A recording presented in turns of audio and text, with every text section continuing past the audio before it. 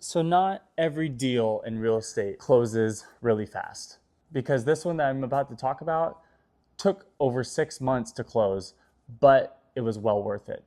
If you heard the term short sale and not really sure what it meant, this is the video for you.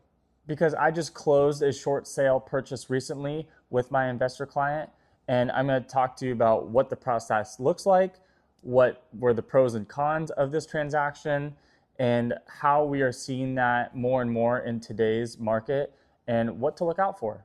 So sit back and enjoy.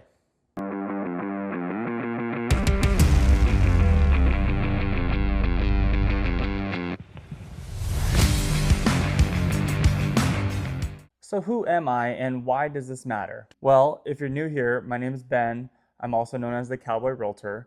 I help buyers and sellers both in Washington and Oregon. And I'm sharing this today because short sales haven't been a real majority of transactions recently. As we all know, back in 2008 with the crash, that happened a lot. And so now we are starting to see more and more of those happening. I'm not saying we're in a recession. However, with affordability challenges nowadays, we are coming across them quite a bit. So what is a short sale? A short sale means that the home is worth less than what is owed on the mortgage. So this means that the sellers can't sell the home without the bank's permission because the bank is still owed money. So the sellers technically cannot sell the home without the bank's approval because the sales price won't fully pay off the loan. So the bank agrees to ultimately take a loss on this home, hence why the note is short of what the purchase price is. Banks do this because taking a small loss in a controlled environment of a pre-foreclosure process is a lot cheaper than going through foreclosure. So why do banks even agree to a short sale? Foreclosures are not only a super long process, but also they are expensive for those banks to go through that process. They have legal costs, they have property management costs, they have holding costs, and also they have resale risk to potentially taking an even bigger loss on that property.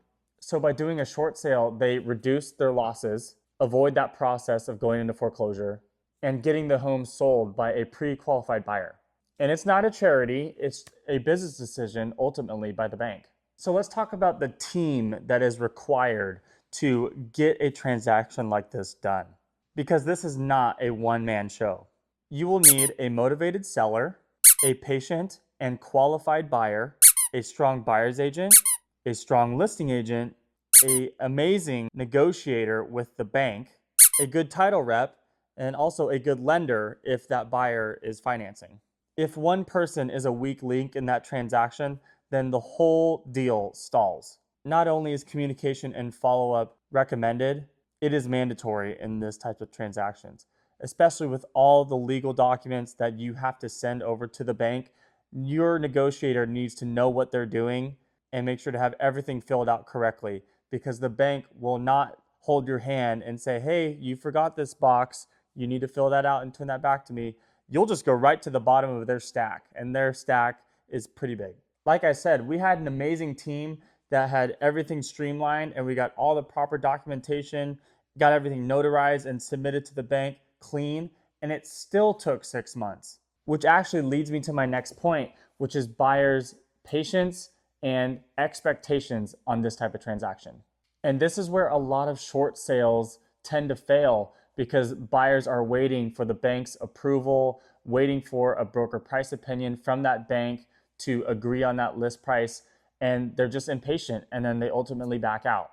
So buyers, please be patient.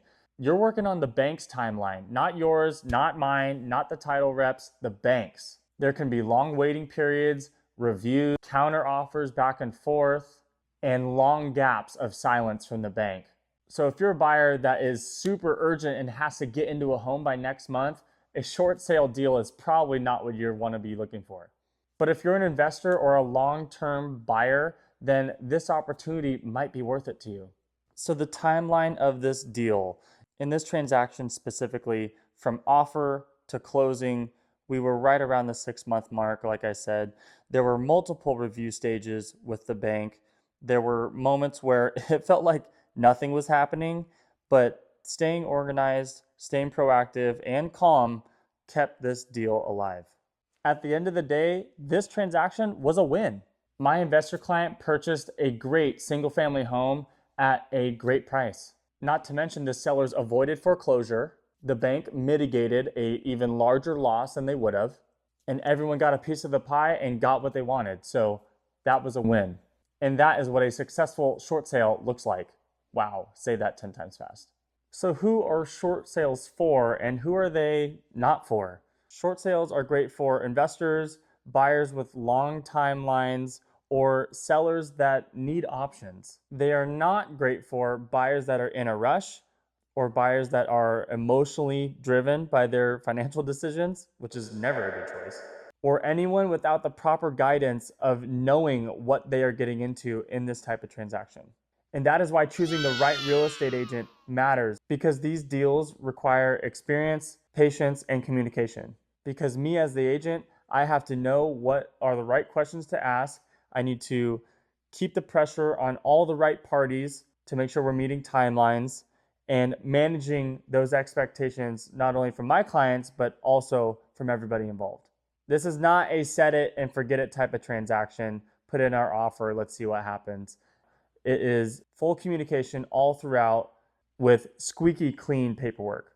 So if you're an investor curious about short sales, or if you're a homeowner facing a tough situation, you don't have to navigate this alone. If this video helped you even a little bit understand the situation about short sales, leave a comment. If you have any specific questions on these types of deals, let me know. I will also be attaching a short sale timeline or transaction roadmap, so to speak, so that you can understand even further on what it is to go through a short sale. If you've stuck around this long, thank you so much. This has been the Cowboy Realtor. We'll see you on the next one.